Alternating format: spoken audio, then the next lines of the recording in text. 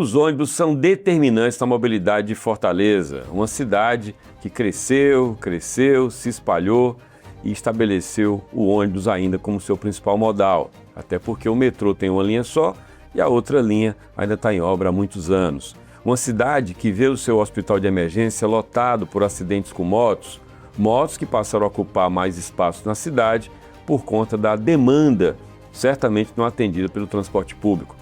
São questões assim que vão entrar nessa conversa que eu vou ter agora com o presidente do Sindônibus, Dimas Barreira. O programa do Anuário já está no ar. Há 15 anos, Dimas Barreira comanda o Sindônibus, que é o sindicato que reúne as empresas de transporte de ônibus em Fortaleza. Uma pauta que está sempre no cotidiano da cidade, mesmo porque não usa o ônibus, porque o ônibus é determinante para que a cidade funcione. Nesse debate entra, por exemplo, o tema tarifa zero e a segurança na cidade, considerando que as motos representam um imenso risco para a saúde pública. Comigo no estúdio, Dimas Barreira. Muito bem-vindo, Dimas. Muito obrigado, Jocélio. Um prazer estar aqui com você e aqui podendo conversar, inclusive, com a sua audiência. Maravilha. Dimas, eu toquei na abertura sobre o papel do ônibus na cidade. E a gente vê que grandes cidades como Fortaleza investem muito dinheiro no metrô, por exemplo, que é uma solução muito cara, usada em grandes cidades do mundo, mas pergunto a você, até quando, na sua visão, a cidade vai tratar o ônibus como algo que não tem atenção devida? Porque eu sei que o setor de ônibus, tem seus lamentos, né, no momento em que o país discute como circular melhor, como tratar a mobilidade melhor de maneira sustentável também. Essa é uma excelente pergunta, até porque eu vejo que as pessoas se equivocam ao ficar pensando que está numa fase transitória, né? Porque vê, muitas vezes, grandes cidades tendo muita locomoção por meio de trilho, essa não é a realidade de cidades menores que 5 milhões de habitantes. Sempre será, por mais que a gente tenha aqui no Ceará bons investimentos nesse sentido, proporcionalmente, se você olhar hoje no Nordeste, deve ser disparado, aí aqui tem mais investimentos nesse sentido, quando as coisas estiverem concluídas, mas a grande massa sempre será resolvida com deslocamento por ônibus, né? Em alguns casos bicicleta, em alguns casos a pé. Essa é a grande massa e continuará sendo assim. Se você olhar, inclusive, casos, por exemplo, icônicos como Nova York, quando teve problemas com o metrô, os ônibus tiveram que estar prontos, apostos, para eles poderem fazer as intervenções e resolver com o ônibus. Então, o ônibus ele tem essa capacidade de resolver de maneira flexível, rápida, demanda menos infraestrutura, né? Não é uma coisa que você demora anos para poder rodar. E, no caso de cidades com o perfil de Fortaleza, será sempre a solução prioritária de deslocamento, né, para resolver a infraestrutura da cidade. E aqui, como a gente não tem isso muito claro, acaba ficando nessa dificuldade de conseguir investimentos para poder financiar um transporte com maior oferta, né, com mais atratividade, para ser mais competitivo, com tarifa mais baixa, para competir melhor com os meios individuais. Como isso não acontece, o Brasil não discute isso a fundo, apesar que nesse momento a gente vai falar sobre isso, eu acho que tem sido até muito ampla a discussão para falar de tarifa zero, para falar de financiamento do transporte público, mas de fato ainda nada aconteceu. Enquanto não acontece, a gente segue tendo essa falta de financiamento que não permite aquela coisa de oferta boa, abundante, com frota nova e tarifa baixa. Enquanto a gente não consegue fazer isso, porque custa caro, a gente empurra as pessoas para os meios individuais, especialmente motos, com todas as consequências que a gente tem para o travamento das cidades, aumento da poluição, aumento de acidente, problema previdenciário e assim vai. O serviço de ônibus é um direito o serviço de transporte, melhor dizendo, é um direito do cidadão. Cabe ao município prover esse serviço. O município teria a opção de comprar milhares de ônibus e fazer isso ele mesmo, uma grande CTC. Não é? A sensatez estatal disse assim, é melhor delegar esse serviço para a empresa privada, cobrar qualidade, estabelecer uma política. Pergunto a você, em que medida as empresas de ônibus, na sua visão, elas não são compreendidas no papel delas dentro desse modelo que eu resumi agora para você? Você resumiu muito bem e é outra confusão comum, né? O fato de ser concessionado a operação a uma empresa privada não significa que o serviço foi privatizado. É um pouco diferente. O que é privatizado é só a operação, isso não é mercado. E gera essa impressão de que as empresas deveriam competir, esse tipo de coisa. Para um serviço essencial, isso não funciona. Essa competição por mercado levaria ao caos. Você deixaria áreas não sustentáveis, não superavitárias, não rentáveis, sem operação e concentraria só onde de fato for rentável. Tanto na área urbana como no rodoviário também, né? Seria a mesma lógica. Forma, com diferenças, mas a lógica é a mesma. É um serviço que precisa garantir universalidade. Então ele não pode depender de preço de mercado, ou seja, mais caro onde tem mais demanda, mais barato onde tem menos, horários e etc. Isso são definições políticas. O serviço continua sendo um monopólio estatal, né? Ele continua sendo um serviço que é dominado pelo contratante. E para se ter uma ideia, para fechar uma compreensão básica sobre isso, aqui em Fortaleza nós temos cerca de 300 linhas, 80% delas são deficitárias. 80%? 80%. Elas se penduram nas 20 que deveriam ser superavitárias, é uma outra discussão, que a gente hoje está tentando manter esse equilíbrio e tem tido essa dificuldade, porque depende de subsídio, cada vez tem menos passageiros pagantes, né? Fazer um sistema como esse, né, que tudo é sustentação cruzada. Passageiros é a mesma coisa, muitos passageiros são deficitários. Por evidente, os gratuitos, mas você tem outros. Vou dar um exemplo aqui que muita gente não percebe. A pessoa que paga uma passagem inteira, mas ela faz uma travessia diametral na cidade, ela pega 2 ou 3 ônibus nesse período. Ela também é deficitária, ela pagou, mas ela não chega a pagar o seu custo todo. Então você vai ficando no sistema com uma necessidade de criar um sistema para transportar gratuitos e longa distância. Aí não tem tarifa que feche mais a conta, né? Então essa é a grande dificuldade das cidades de maneira geral no Brasil hoje, especialmente as maiores, é conseguir manter esse modelo funcionando, sendo que as prefeituras não estavam preparadas orçamentariamente. Traduzindo, eu queria que você argumentasse o seguinte: subsídio. Quando se fala em subsídio para o transporte público, e aí talvez entre uma questão de comunicação do setor, as pessoas entendem que os empresários vão receber mais dinheiro do contribuinte para tocar a sua vida. Lá vai o empresário pedir subsídio para funcionar, não é? Ou seja, o senso comum não engole isso. E ele naturalmente vai achar sempre que o dinheiro é para o empresário. Defenda, então, o empresário diante dessa leitura, que é a leitura média, Dimas. Sem dúvida. A gente fez agora um contexto que foi importante para isso. Uma coisa é, por exemplo, um setor da indústria que fala, olha, para competir com um país estrangeiro, eu preciso de um subsídio para tornar... Mas ele está na regra de mercado, ele define preço. Automotivo, por exemplo. Automotivo, por exemplo. Né? Para eu conseguir ter uma indústria competitiva no Brasil, eu preciso ou de dinheiro, diretamente no Brasil não acontece exatamente assim, mas pelo menos de reduções tributárias, para poder me colocar numa condição de mínima competitividade, senão eu não consigo colocar meu produto, ele esbarra no teto de mercado, ele não vai vender. É diferente. No nosso caso, o subsídio ele é para complementar uma conta que é toda feita pelo contratante, que no nosso caso, o município de Fortaleza, ou no caso do metropolitano, o governo do estado.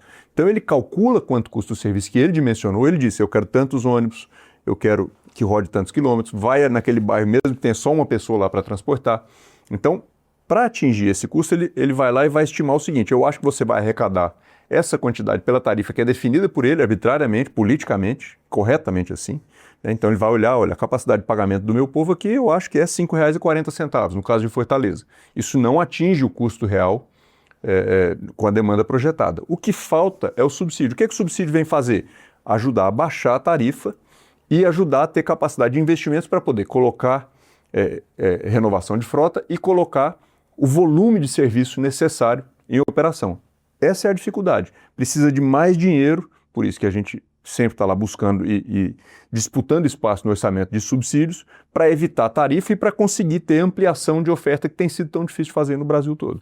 A propósito disso, quando a gente fala em gratuidade, é uma notícia simpática. Vai ter gratuidade para tais e tais perfis. Não vou nem falar o perfil, todo mundo já conhece. Tem o estudante, a pessoa acima de 65 anos, e por aí vai. O deficiente carente, que hoje é relevante. Tá, então tem um sentido social importante, mas tem uma conta, não tem almoço grátis nem bilhete grátis. Essa conta é calculada de que forma para que ela sangre a conta do sistema? Como é que isso é calculado? Ou só vem a bondade? Pois é, claro que não tem como ser só a bondade, né? Existe, o custo nunca deixa de existir, né? Realmente não existe almoço grátis. Porém, há uma defesa, e eu hoje entro nessa trincheira para fazer essa mesma defesa, de que transporte deve ser encarado como um serviço de infraestrutura da cidade, que deve ser provido com maior universalidade e deve alcançar mais pessoas. Eu não estou aqui dizendo que deve alcançar a todos ainda, porque essa é a discussão máxima lá do tarifa zero. Mas ela é uma discussão que tem um alcance não só social, mas inclusive infraestruturante para a cidade como um todo. O Brasil é um país de dificuldade fiscal, de recursos escassos, com muita coisa por fazer. Então eu sei o quanto é difícil dizer uma gratuidade ampla, geral, até para quem não precisa de gratuidade, para quem pode pagar. Né? Mas o fato é que a gente precisa sim discutir como aumentar esse alcance social. Vou dar um exemplo simples. Né? Primeiro, a gente está cada vez mais com a qualidade do serviço não atendendo ao que se precisa. Tem pessoas que poderiam estar usando o transporte coletivo, alcançam o individual, mas saíram do coletivo porque ele não atende mais. Usar um serviço coletivo, que é uma maneira muito inteligente de usar qualquer recurso, sempre é muito eficiente, mas ele demanda alguns inconvenientes individuais. Ele é conveniente para a coletividade. Mas eu vou ter que caminhar, vou ter que esperar, eu tenho que me adequar a um serviço que vai atender a média ali daquelas pessoas. Não é individual, que ele vem para mim sob medida. Então, se eu não tiver um serviço com muita oferta, eu fico tão inconveniente individualmente que a pessoa paga mais caro para sair. Então esse é um primeiro ponto. Eu preciso voltar a atrair as pessoas que estariam dispostas a usar o transporte coletivo se eu tivesse mais eficiência, mais qualidade. E isso ajudaria num todo, tanto a cidade, que ia ficar mais fluida, ia funcionar melhor, etc., quanto a própria sustentação do serviço. E além disso eu tenho o problema do alcance social. Ele é o único serviço que ele é monopólio estatal, ele não é mercado, e, portanto, ele vai lá tentar alcançar aquele bairro, mesmo que ele não se viabilize. Então, imagine o seguinte, você tem lá um jovem que ele tem um talento, mas ele precisa de encontrar na cidade estímulos para ele poder descobrir esse talento e depois para desenvolver esse talento. Quem não tem dificuldade de mobilidade, não tem esse problema, ele vai encontrar esse talento e vai se desenvolver. Aquele jovem, se ele não tiver uma política de gratuidade, como a gente tem agora para o estudante, uma passagem com preço controlado através de subsídio, né, e o ônibus chegando no bairro dele, ele vai ficar condenado a não ter mobilidade social. Então a mobilidade urbana, ela não só viabiliza que todos os outros direitos essenciais aconteçam, que as pessoas cheguem tanto para oferecer o serviço quanto para consumir, para usar esse serviço, como também ela viabiliza esse desafio imenso que o Brasil tem de dar garantia de que as pessoas podem alcançar mais capacidade de desenvolver de fazer a sua mobilidade social. Então o transporte tem esse alcance todo e por isso, né, eu hoje me enfilero na discussão do tarifa zero. Se houver recurso, eu acho que tarifa zero tem 1000 motivos para defendê-lo, né, não entendendo como mais uma benesse só para quem consome. Isso é que é importante entender, não é só para o passageiro, é benefício para a cidade toda. É fluidez na cidade, é comércio pujante, é só olhar os efeitos aqui, Caucaia, Maracanaú. É comércio pujante, é alcance social, é uma melhoria ampla e geral na oferta de infraestrutura da cidade. Se a gente não tiver transporte coletivo atendendo mais pessoas, daqui a pouco nós vamos ter que fazer um viaduto em cada esquina, né, e não tem o que resolva com o transporte coletivo nas nossas cidades, com o transporte individual, perdão, nas nossas cidades. Traduzindo, tarifa zero é algo que você encara como bem-vindo, mas tem uma conta a ser paga. Até porque você citou Caucaia, citou Eusébio, que é muito pequeno, Caucaia é o maior município em território no Brasil, ainda que tem tarifa zero, por exemplo. Tanto Caucaia quanto Maracanaú, que era interessante de se analisar os dois municípios, porque eles são modelos um pouco distintos. Né? E a gente tem propostas de todo jeito. Né? Tem proposta como Caucaia, que não tem catraca, todo mundo anda de graça. Tem proposta como Maracanaú, é um tarifa zero para quem precisa. Maracanaú são públicos eleitos. Não é, cheguei lá, eu não preciso e ando de graça. Não, tem uma tarifa módica escolhida, não sei quanto está a tarifa lá hoje, mas tem uma tarifa de um valor razoável. Cabe nota, né? Note-se, Maracanaú não diminuiu a arrecadação. Desde que implantou o seu tarifa zero, assim como Caucaia, ele mais do que quadruplicou a demanda. Mas o que ele arrecadava, ele não perdeu. Em grande parte, vale transporte, pago pelas empresas da cidade. Então ele continuou com aquela arrecadação. É um modelo bem sustentável, inteligente. O que ele fez? O prefeito lá, ele escolheu o seguinte. Primeiro, algumas linhas... Roberto Pessoa. Ele escolheu algumas linhas de bairros que não viabilizavam transporte. Então, como não viabilizava, ele falou, olha, aqui arrecada muito pouco, esse bairro é carente, essas linhas vão ser tarifa zero. Esse é um ponto. E no grosso, o que é que ele fez? No grosso foram públicos. Ele escolheu os indígenas, estudantes e no final ele colocou o Bolsa Família, que é um critério que a gente já tem feito no Brasil. Esse estudo todo foi trabalhoso para fazer, mas como eleger esse público e identificar já está feito.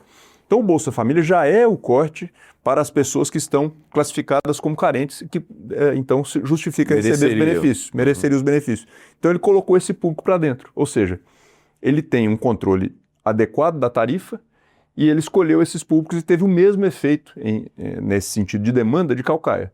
Porém, é um serviço que está sustentável, tem arrecadação, está sob controle, ele consegue calibrar isso com a tarifa que ele coloca, qual o volume de uso que vai ter, né? Então são modelos distintos. Eusébio já é outra discussão, porque foi inclusive o primeiro aqui no Ceará a ser tarifa zero, já nasceu assim, mas é um sistema pequeno para a cidade tem um diferencial arrecadatório, e eu não estou diminuindo com isso o mérito, muito pelo contrário, vou inclusive dizer uma coisa que é importante que as pessoas percebam. Faz parte da estratégia do Eusébio, que é um município rico, porque arrecada muito IPTU, né, uma cidade dormitória de alto padrão, as pessoas vão para lá e demandam os serviços, na verdade, todos em Fortaleza, assim como eu, que sou morador do Eusébio. Tá. Eu vou lá só pagar IPTU. Tá. Não demando nada da cidade. Uhum. Meus IPVAs todos vão para lá, né, mas eu demando tudo aqui em Fortaleza. Por que eu estou dizendo que faz parte da estratégia? Eu fui ver uma vez quando eles estavam lançando mais um dos tantos empreendimentos que eles têm lá de condomínios, que é o Cidade Alfa. Tá. E Cidade Alfa ficou aquele negócio, eu falei, poxa, isso aqui é um perto longe. Porque como é que vai chegar aqui trabalhador, gente para trabalhar nas casas, gente para trabalhar nas obras? Claro. Antes de esperar essa discussão do ovo ou da galinha, quem é que vem primeiro, vai lançar o empreendimento, o TRUI, que é o sistema do Eusébio, já passa lá. Então ele já viabiliza o investimento, porque senão ia ser difícil de vender, porque as pessoas iam ficar esperando, poxa, quando tiver um pouco mais de gente aí vai ter transporte, aí eu venho. Sim. Ele já resolve essa questão, o transporte vai passar aí. Então o transporte ele precisa ser contratado pelo serviço que ele precisa prestar, independente se tem demanda pagante ou não. Esse é o ponto. Tá. Né? Esse é o ponto de mudança. Se eu preciso que o transporte vá lá, mesmo que eu não tenha demanda pagante, ele é um serviço essencial e o contratante, que é o município, precisa colocar. O transporte vai para lá e atende a todo mundo, até quem não usa ônibus. Em se tratando da pauta transporte público, é inevitável falar de tarifa zero, que a gente está falando, e falar de ônibus elétricos. São Paulo agora festeja centenas de ônibus elétricos. Já passou de 1.000. Passou de 1.000, que é uma marca, enfim. E Fortaleza tem uma pauta que ainda está parada no tempo, que é a Idade Média, é manter o sistema que está aí. Qual o espaço que há em Fortaleza hoje, na sua visão, como líder do setor, para que se discutam pautas como ônibus elétrico, quando a gente está discutindo a Idade Média de frota, que subiu muito nos últimos anos? Essa é a dificuldade. O que é que se encaixa aqui? Eu estudo essa tendência de ônibus elétrico desde 2015. Eu visitei já a Proterra nos Estados Unidos, que até quebrou, mas era o maior fabricante americano. A BYD aqui no Brasil já visitei 2 vezes. Eu já conversei com diversos técnicos, inclusive mundiais. Uma vez em São Francisco, na faculdade, me esqueci o nome lá agora, faculdade conhecida de lá. A gente foi à faculdade e eu conversei com uma autoridade lá sobre energia e perguntei para ele, né, qual é a tendência que você vê de fato, porque muitas matrizes energéticas estão sendo discutidas, né? Tem o elétrico a bateria, tem veículo a hidrogênio, tem veículo a combustíveis sintéticos, tem uma série de discussões.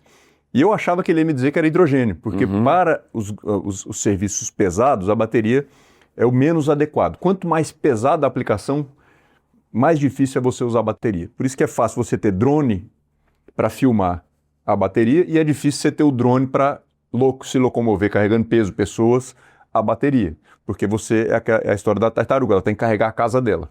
Então a bateria vai tornando inviável quanto mais pesada a aplicação. E ele falou, não, a tendência que eu acho é nuclear.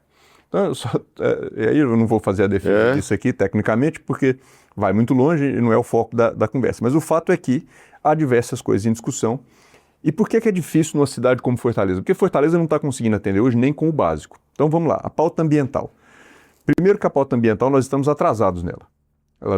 Nós não estamos nos antecipando ao falar nisso, né? Essa questão de mudança climática, do impacto das nossas intervenções humanas, ela já está atrasada. Não sei se você sabe disso, mas a preço de hoje, se a gente conseguisse interromper as emissões, ainda levaria anos aumentando, sabia disso? Não para imediatamente, porque você tem o degelo liberando CO2 e ele é consequência até que aquilo freie e volte, né? Então a gente já está aí superior a 2 graus de aumento. E a gente está atrasado. Então, por isso mesmo, todo o dinheiro tem que ser bem aplicado. O dinheiro que a gente tiver para a pauta ambiental, ele não pode ser desperdiçado. Quando eu respondo sobre ônibus elétrico, normalmente é meio que decepcionante, porque as pessoas esperam que seja uma coisa altamente viável, porque estão vendo como se fosse tendência. Vamos lá, vou falar sobre ele. Primeiro, para a mobilidade, transporte, a maneira mais inteligente de reduzir emissões, a maneira mais eficaz, se chama transporte coletivo. Qualquer pessoa que passar do meu lado numa motinha elétrica, comparada a uma pessoa que está entrando no transporte coletivo, seja ônibus, seja metrô, o veículo motorizado elétrico vai emitir mais por cabeça, porque o meio coletivo é muito eficiente para reduzir emissões. Não precisa de a gente entrar em tanto detalhe agora, mas esse é o fato. Então, fortalecer transporte coletivo, que a gente não está conseguindo fazer, é o meio adequado para você tratar de mobilidade. Sem contar o risco do acidente com a moto. Sem contar o risco, né? Mas eu estou querendo me focar na pauta ambiental para deixar isso claro. A defesa é ambiental.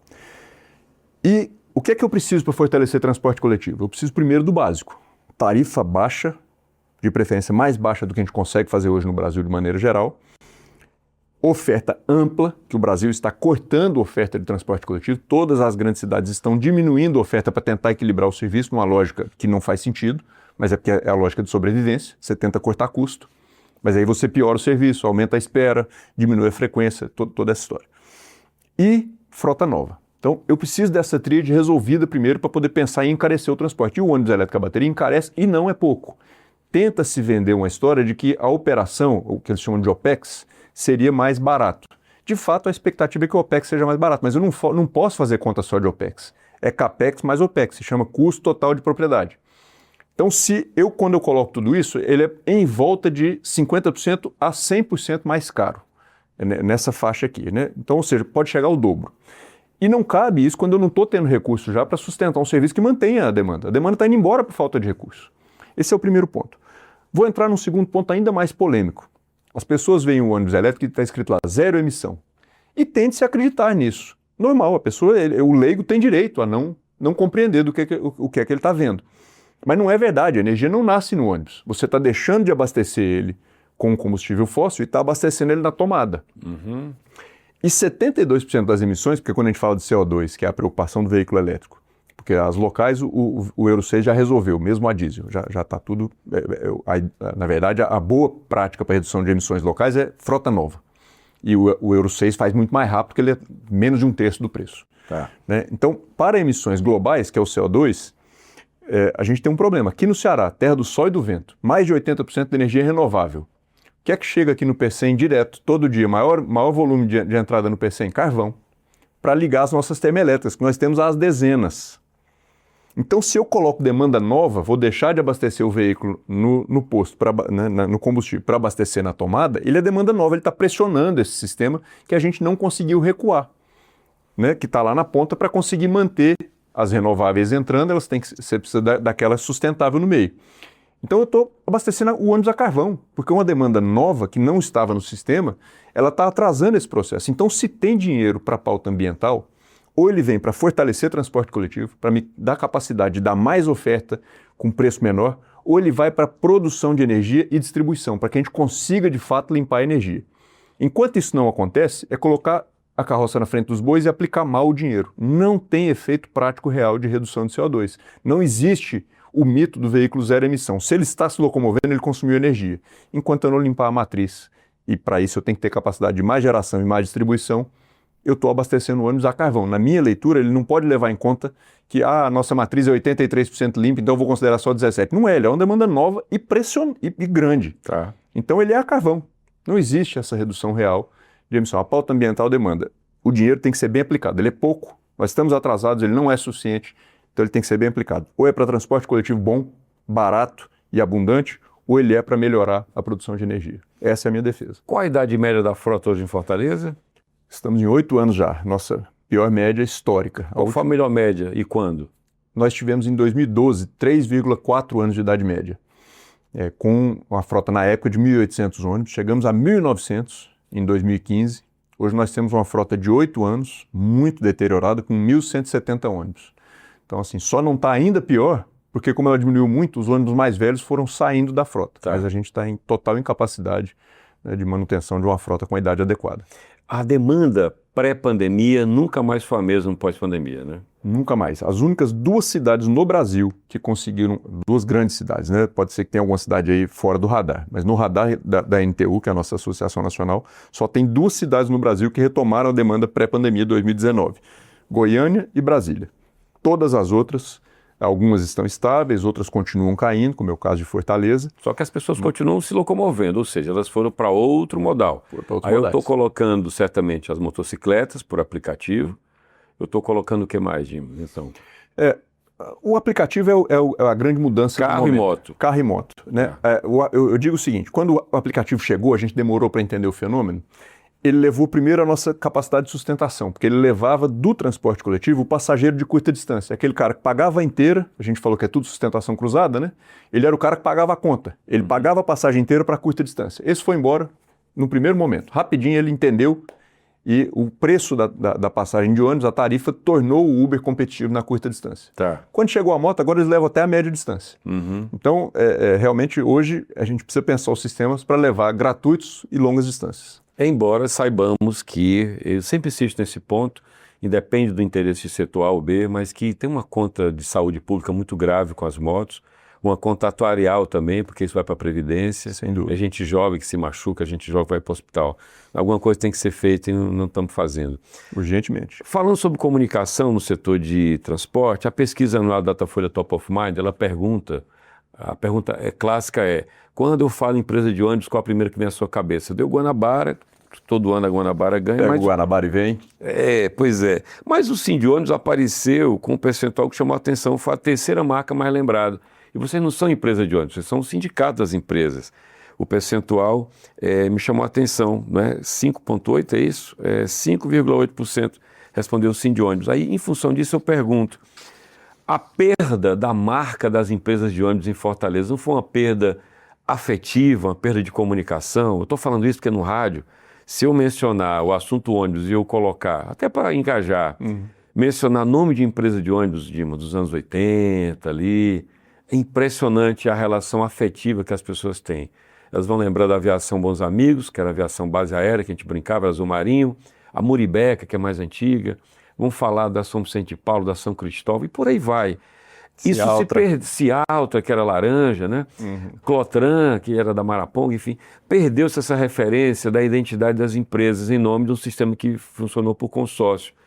Você tem que leitura dessa relação da comunicação das empresas com o usuário? É uma discussão conceitual profunda. Realmente, nessa época, é normal que se gravasse muito mais as empresas, porque tinha, inclusive, pintura própria. Sim. Né? Elas tinham, não existia um padrão de pintura, era um sistema muito mais isolado, ele ainda estava muito mais próximo daquele que nasceu naturalmente, né? As empresas foram descobrindo as suas áreas, poxa, daqui para o centro tem demanda, vou colocar uma... Não tinha ainda. A regulação foi acontecendo aos poucos. Então, tinha uma relação com a comunidade diferente de hoje. Continua havendo uma interação, se você olhar nas empresas, existe uma interação forte com a comunidade, especialmente no entorno das garagens ou nas linhas que elas atuam, mas de fato elas saíram muito de cena nesse aspecto de comunicação. Primeiro, para começar, da frota. Você tem só uma logomarca ali, a frota é toda pintura padronizada. Padrão. Segundo, as comunicações institucionais, como tudo hoje é sistema, e esse é um grande avanço que a gente teve, né, você não tem mais aquela problemática do passado de dizer o seguinte, se eu criar uma linha daqui para lá que é muito boa, eu vou atravessar uma linha da outra empresa que está ali e aí essa empresa pode perder sustentação, então não é justo. Hoje não tem isso. A linha é boa para o sistema? Deve operar. Então ela vai operar da maneira que for adequada. Se precisar juntar duas linhas, vão ser juntadas. Se precisar dividir, como foi o Paranjana, né, que foi um marco, ela foi dividida em 7 outras linhas para poder atender melhor. Então você não tem mais essas amarras operacionais, mas realmente é um grande desafio conseguir manter um vínculo afetivo. E é normal que o Sim de ônibus apareça, porque a comunicação institucional e a coordenação de todo o serviço urbano, especialmente, ela é toda do Sim de ônibus. Então, nesse aspecto de comunicação, realmente se tornou um desafio para as empresas manter acesa essa chama afetiva, tanto com a comunidade, especialmente em torno da garagem, até com os seus próprios funcionários. Elas tratam disso, elas se esforçam, mas especialmente na comunidade, é normal hoje que o Sim de ônibus apareça na frente das próprias empresas. O Sim de ônibus é a marca, entre aspas, de todas as empresas, mas cada empresa tem a sua gestão própria. Algumas muito mal das pernas, outras melhor. Algumas com um serviço melhor que outras. Como é que o Sim de ônibus, rapidamente, Dimas, em 1 minuto, como é que o Sim de ônibus pode, ou trabalha, melhor dizendo, um padrão no atendimento? A gente tem isso. As empresas precisam entregar do portão para fora um motorista treinado, uniformizado, com um ônibus abastecido com a manutenção em dia. E aí o Sim de ônibus vai controlar a operação. Então ele tenta, na melhor maneira possível, harmonizar essa operação, mesmo quando há diferenças. Mas você tem que lidar com essa realidade. Vai chegar ônibus de uma frota mais velha, outra uma frota um pouco melhor, e toda essa questão de treinamento. Nós temos empresa ainda em recuperação judicial.